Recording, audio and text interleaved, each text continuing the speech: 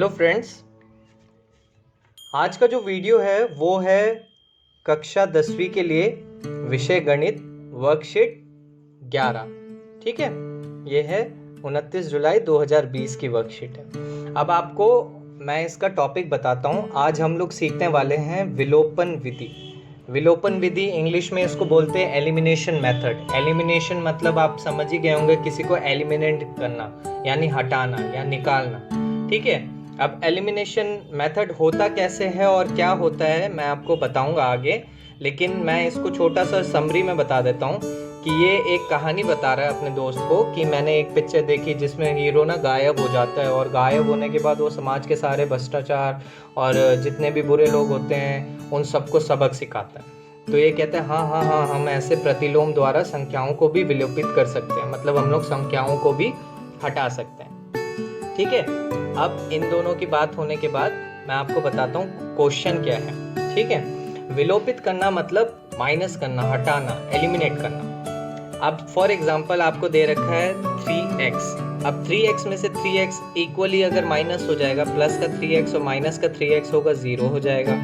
अगर minus 4y है और प्लस 4y है तो 0 हो जाएगा। ठीक है, मैं आपको इक्वली मेजरमेंट मतलब इक्वल ही वैल्यूज के बारे में बता रहा हूँ। अगर इक्वल वैल्यू प्लस और माइनस आपस में होंगे तो वो क्लैश हो जाएंगे, इसी को एलिमिनेशन मेथड बोलते हैं। ठीक है, अब माइनस 2x है और उसी के साथ में प्लस 2x होगा तो 0 हो जाएगा। ठीक है, अब यहाँ पे दे रखा है कि उचित गुणांक भरिए। ठीक है, अब 3y में ऐसा क्या माइनस करे जो 0 हो जाएगा। 3y में आप 3 माइनस करोगे तभी 0 हो जाएगा।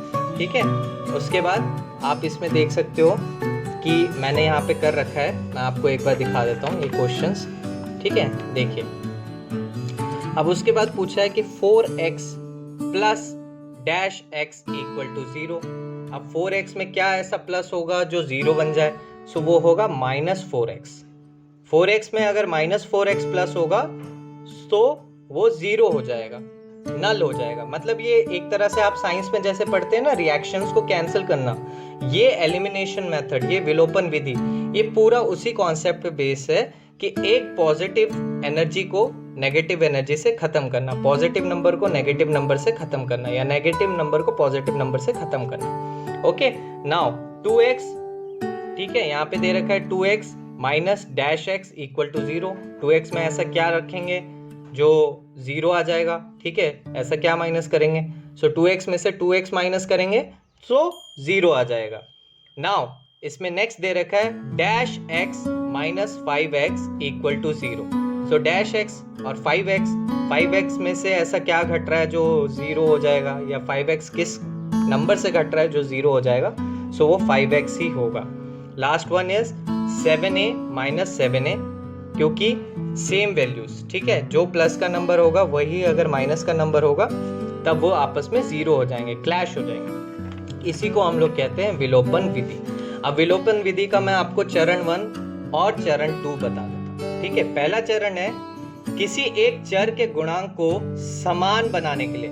ध्यान दीजिएगा, किसी एक चर के गुणांक को, ठीक है, कोई भी एक गुणांक हो सकता है, उसको समान बनाने के लिए दोनों समीकरणों को किसी अचर संख्या से गुणन करना। ठीक है, किसी एक चर के गुणांकों को समान बनाने के लिए दोनों समीकरणों को किसी अचर संख्या से गुणन करना। ठीक है, जैसे फॉर एग्जांपल आपके पास कोई एक इक्वेशन है x plus Y equal to 2 और नीचे है 2x प्लस वाई, ठीक है, इक्वल टू 2। सो आपको क्या करना है कि इनको सेम करना है, तो आपने इस वाले को 2 से मल्टीप्लाई कर दिया और इस वाले को 1 से कर दिया।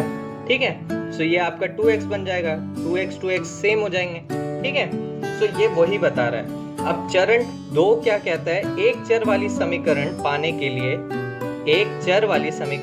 के लिए समीकरणों की जोड़ें और घटाएं। ठीक है, ताकि आपको एक समीकरण सेम मिल जाए और एक एलिमिनेट हो जाए। ठीक है, जैसे एक बैलेंस में बच जाए और एक पूरी तरह से खत्म हो जाए, एलिमिनेट हो जाए। ठीक है, तीसरा चरण कहता है एक चर वाली समीकरण को चर का मान ज्ञात करने के लिए हल करें। ठीक है, ये मैं आपको बताऊंगा कैसे होता है। और चौथा चरण कहता है प्रथम चर का मान किसी दी गई समीकरण में रख के दूसरे चर का मान ज्ञात कीजिए। अब यहाँ पे एक उदाहरण दे रखा है, मैं आपको उदाहरण देख के बताता हूँ कि ये कैसे है, मैं आपको समझा देता हूँ। ठीक है, आप देख सकते होंगे उदाहरण यहाँ पे है। क्वेश्चन आपको दे रखा है 2x + 3y = 8, ये समीकरण 1 है आपका। ठीक है, और दूसरा समीकरण है 4x + 5y = 8। ठीक है, अब ये वाला समीकरण आप कैसे हल करेंगे, आपको दोनों को ही, ठीक है, किसी अचर संख्या से मल्टीप्लाई करना है। ठीक है, किसी कांस्टेंट वैल्यू से मल्टीप्लाई करना है। ठीक है, अब आपने इसको 2 से चुना मल्टीप्लाई करने के लिए। ठीक है, और इसको आपने 1 से मल्टीप्लाई किया। अब जब इसको 2 से मल्टीप्लाई किया सो 2 × 2x = हो गया आपका क्या 4x, फिर 2 × 3y + 3y था सो क्या हो गया +6y, और फिर 2 × 8 प्लस का 8 था तो 16। अब यहाँ पे दूसरे वाले को हमने सिर्फ 1 से मल्टीप्लाई किया, 4x + 5y = 8। ठीक है, इसको सेम एज इट इज 1 से मल्टीप्लाई करेंगे, किसी को भी तो 1 उतना ही आता है। ठीक है, ये आपका उतना ही रहा। अब ये दोनों आपस में माइनस होंगे। अब माइनस कैसे होंगे, 4x + 6y = 16, फिर आया 4x + 5y = 8। अब 4x की वैल्यू सेम आ गई, इनके साइन चेंज किए, माइनस माइनस माइनस। ठीक है, सो ये वाला कट गया। अब यहाँ पे 6y - 5y हो रहा है तो ओनली y आया, y, और यहाँ पे 16 - 8। ठीक है, y = 8 आ गया। ठीक है, सो y की वैल्यू 8 आ गई। अब आपको चरण 3 y की वैल्यू जो 8 आई है वो चरण 4 के अनुसार किसी दूसरे इक्वेशन में रख के देखनी है। ठीक है, सो हमने y की वैल्यू 8 रखना शुरू किया। ठीक है, देखिए y = 8 समीकरण 1 या 2 में रखने पर, ठीक है, अब क्या हुआ, x = 8 - 3y/2, 8 - 3 y की जगह पे हमने लिखा 8, सो 3 × 8 कितना हो गया 24, 8 - 24/2, और यहाँ पे आ गया 16/2 जो कि आ गया आपका -8। ठीक है, सो x की वैल्यू हो गई -8 और y की वैल्यू हो गई 8। ठीक है, आई होप कि आपको ये उदाहरण समझ आया होगा। अब हम लोग कुछ क्वेश्चंस देख लेते हैं। पहला क्वेश्चन दिया हुआ है 3x + 4y = 10 and x - y = 1। ठीक है, सो मैं आपको यहाँ पे नोटबुक में समझाता हूँ। ठीक है, ये देखिए यहाँ पे आपको इक्वेशन दे रखी है सॉल्व करने के लिए एलिमिनेशन मेथड से, 3x + 4y = 10 और x - y = 1। अब मैंने यहाँ पे क्या किया है, इक्वेशन 1 को तो 1 से ही इंटू किया है, लेकिन इक्वेशन 2 को 4 से इंटू कर दिया। अब 4 से इंटू इसलिए किया है क्योंकि यहाँ पे 4y है और ये भी 4y हो जाएगा। ठीक है, तो ये दोनों तो एलिमिनेट हो जाएंगे। ठीक है, विलोपन विधि से ये विलुप्त हो जाएंगे, खत्म हो जाएंगे। सो अब जो मेरी नेक्स्ट इक्वेशन आई मल्टीप्लाई करने के बाद दोनों को, सो वो ऊपर वाली इक्वेशन सेम थी 3x + 4y = 10, और नीचे वाली इक्वेशन मेरी हो गई 4x + 4y = 4। ठीक है, अब इनको क्या किया, प्लस कर दिया गया। ठीक है, ये वाले आपस में कैंसिल। ठीक है, ये जब कैंसिल हो गए 10 + 4 हो गया 14, और 3x + 4x हो गया 7x। ठीक है, so 7x = 14, x = 14/7, so x की वैल्यू क्या आ गई आपके पास, x की वैल्यू आ गई 2। ठीक है, now putting the value of x = 2 in equation 2। ठीक है, अब x की वैल्यू जो 2 आई है वो हम लोग इक्वेशन 2 में पुट करेंगे। इक्वेशन 2 हमारे पास क्या थी, इक्वेशन 2 थी x - y = 1। ठीक है, सो हमने ये वैल्यू पुट करी, सो यहाँ पे आया 2 - y = 1। ठीक है, अब 2 यहाँ पे है, -y है। ठीक है, सो y को हम उधर ले गए और 2 के साथ यहाँ पे 1 को लिया है। ठीक है, y को हम इधर ले गए और 2 को यहाँ लिया है, तो y हो गया प्लस में, और यहाँ पे जो +1 था ये आ गया माइनस में। 2 minus 1 equal to 1 equal to y। So y की वैल्यू आ गई 1। ठीक है, समझ आया आपको? अब अगला क्वेश्चन दे रखा है, क्वेश्चन नंबर 2 बी पार्ट। पहले का ही बी पार्ट दे रखा है। इसमें आपको इक्वेशन दे रखी है 3y minus 5z equal to 4, और दूसरी इक्वेशन दे रखी है 9y minus 2z equal to 7। अब मैंने इक्वेशन 1 को 3 से मल्टीप्लाई किया, लेकिन इक्वेशन 2 को 1 से मल्टीप्लाई कर दिया। ठीक है, 3 से मल्टीप्लाई करने का पर्पस ये था कि y की वैल्यू सेम कर दें। ठीक है, अब जो न्यू इक्वेशन बनी मल्टीप्लाई करने के बाद, वो इक्वेशन थी, पहली इक्वेशन जो मल्टीप्लाई करने के बाद बनी वो थी 9y minus 15z equal to 12, और दूसरी equation as it is same जो 1 से मल्टीप्लाई हुई, क्योंकि 1 से मल्टीप्लाई होने के बाद सब सेम रहेगा। सो ये है 9y minus 2z equal to 7। अब इसको आपस में मैंने माइनस किया, साइन चेंज। ठीक है, ये लीजिए। अब यहाँ पे ये 9y से कैंसिल हो गया, एलिमिनेट हो गया, विलुप्त हो गया। ठीक है, उसके बाद आया माइनस 15z माइनस 2z। ये दोनों माइनस के थे, तो ये आपस में नीचे वाला प्लस हो गया था। सो ये माइनस में से प्लस हो गया, तो ये घट गया। ठीक है, माइनस प्लस माइनस, लेकिन साइन आया माइनस का, माइनस 13z। ठीक है, अब यहाँ पे था 12 और 7 था, 7 माइनस हो रहा था 12 में से, सो 7 में से 12 में से 7 माइनस कर दिया। ठीक है, सो उसके बाद हमारे पास आया minus 13z equal to 5, z equal to 5/13। ठीक है, अब यहाँ पे लिख दिया हमने, जो ये माइनस था 13 के साथ, ये आ गया इसके साथ यहाँ पे, सो माइनस 5/13। अब माइनस 5/13 को हम लोग putting the value of z in equation 1। ठीक है, अब इक्वेशन 1 में हम लोग z की वैल्यू पुट करेंगे। z की वैल्यू क्या आई है? माइनस 5/13। सो उसके बाद 3y minus 5 under the bracket minus 5/13 equal to 4। अब 5 और 5 ये दोनों माइनस के हैं, ये दोनों माइनस के थे, तो ये दोनों आपस में मल्टीप्लाई होके प्लस हो गए। ठीक है, सो 3y प्लस 25/13 इक्वल टू 4। अब इसके बाद 3y इक्वल टू 4 माइनस 24, क्योंकि हम लोग इसको यहाँ पे ले गए RHS पे। ठीक है, राइट हैंड साइड पे लेके गए। उसके बाद क्या हुआ, 4 के साथ जब ये LCM लेके हमने माइनस किया तो आया 52 माइनस 25/13। यहाँ पे ध्यान दीजिएगा, आपके पास LHS में अभी 3y बचा हुआ है। ठीक है, फिर उसके बाद आपके पास था 3y, जब ये सॉल्व हो गया आपस में माइनस होके 27/13 आया।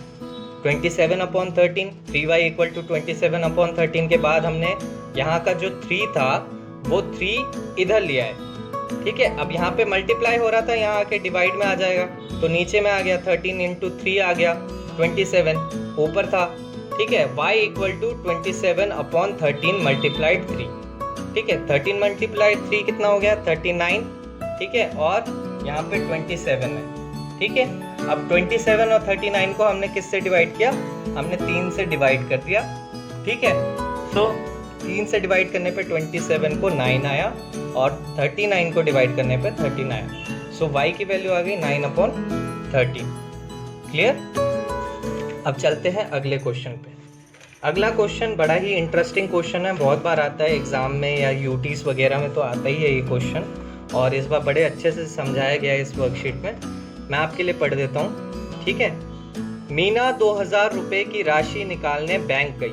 उसने कैशियर को 50 रुपये व 100 रुपये के ही नोट मांगे। उसे कुल 25 नोट मिले। मीना को 50 रुपये और 100 रुपये के कितने कितने नोट मिले होंगे? ठीक है, संकेत दीजिए। अब आप देखिए, मीना गई 2000 रुपये निकालने। ठीक है, सो पहली इक्वेशन बन गई आपकी x plus Y equal to 25, क्योंकि उसको 25 नोट्स मिले, और से 50 और 100 के ही नोट लिए। उसने क्या किया? 50 और 100 के ही नोट लिए। ठीक है, सो दूसरी इक्वेशन बन गई 50x plus 100y equal to 2000। ठीक है, अब आपके पास दोनों इक्वेशन आ गई। पहली इक्वेशन आ गई आपके पास x plus Y equal to 25। ठीक है, दूसरी इक्वेशन आ गई 50x plus 100y equal to 2000। अब यहाँ पे हमने जो पहली इक्वेशन थी उसको तो 100 से मल्टीप्लाई किया और दूसरी इक्वेशन को सेम रखा है 1 से मल्टीप्लाई किया। Equation 1 multiplied by 100, equation 2 multiplied by 1। अब जो नेक्स्ट इक्वेशन आई मल्टीप्लाई होने के बाद वो आई हमारी first equation 100x plus 100y equal to 2500 और दूसरी इक्वेशन आई 50x plus 100y equal to 2000। अब इसमें हमने क्या किया, हमने इसको सब्सट्रैक्ट किया, माइनस कर दिया। ठीक है, सो माइनस करेंगे तो 100 में से 50x माइनस हुआ तो 50x आया। 100y प्लस का 100y माइनस का 100y आपस में कैंसिल हो गए, एलिमिनेट हो गए, कट गए। दूसरा 2500 माइनस 2000 इक्वल्स टू 500। सो यहाँ 50x इक्वल टू 500 था। ठीक है, 50x के बाद हमने क्या किया, 50 को उधर ले गए, डिवाइड में आ गया, x इक्वल टू 50 अपॉन 500। ठीक है, अब ये आपस में कैंसिल हो गए तो x की वैल्यू आ गई 10। ठीक है, x इक्वल टू 10 आ गया, putting the value of x equal to 10 in the equation 1। अब x plus Y equal to 25 हमारी पहली इक्वेशन ये थी। अब इसमें हमने x की वैल्यू जो 10 निकाली थी वो पुट किया। सो 10 की जगह यहाँ लिखा, x की जगह 10 लिखा, plus y equal to 25, y की वैल्यू आ गई 25 minus 10, so y equal to 15। अब उसको 50 के कितने नोट मिले हैं, 10 नोट 50 के मिलने पे कितने हुए, 500 रुपये। और 100 के कितने नोट मिले, 15 नोट 100 के मिले तो 1500। अब 1500 जमा 500 कितना हो गया, 2000। यही क्वेश्चन था। आई होप आपको ये पूरी वर्कशीट समझ आई होगी। प्लीज़ डू प्रैक्टिस, इसको प्रैक्टिस करोगे और क्लियर हो जाएगा। ठीक है, and if you like this video, I hope this video is useful to you, so please like, share and comment and subscribe कर दीजिए ताकि आप ऐसे ही वीडियो, ऐसे ही नॉलेजेबल चीज़ें आगे भी सीखते रहें। Thank you.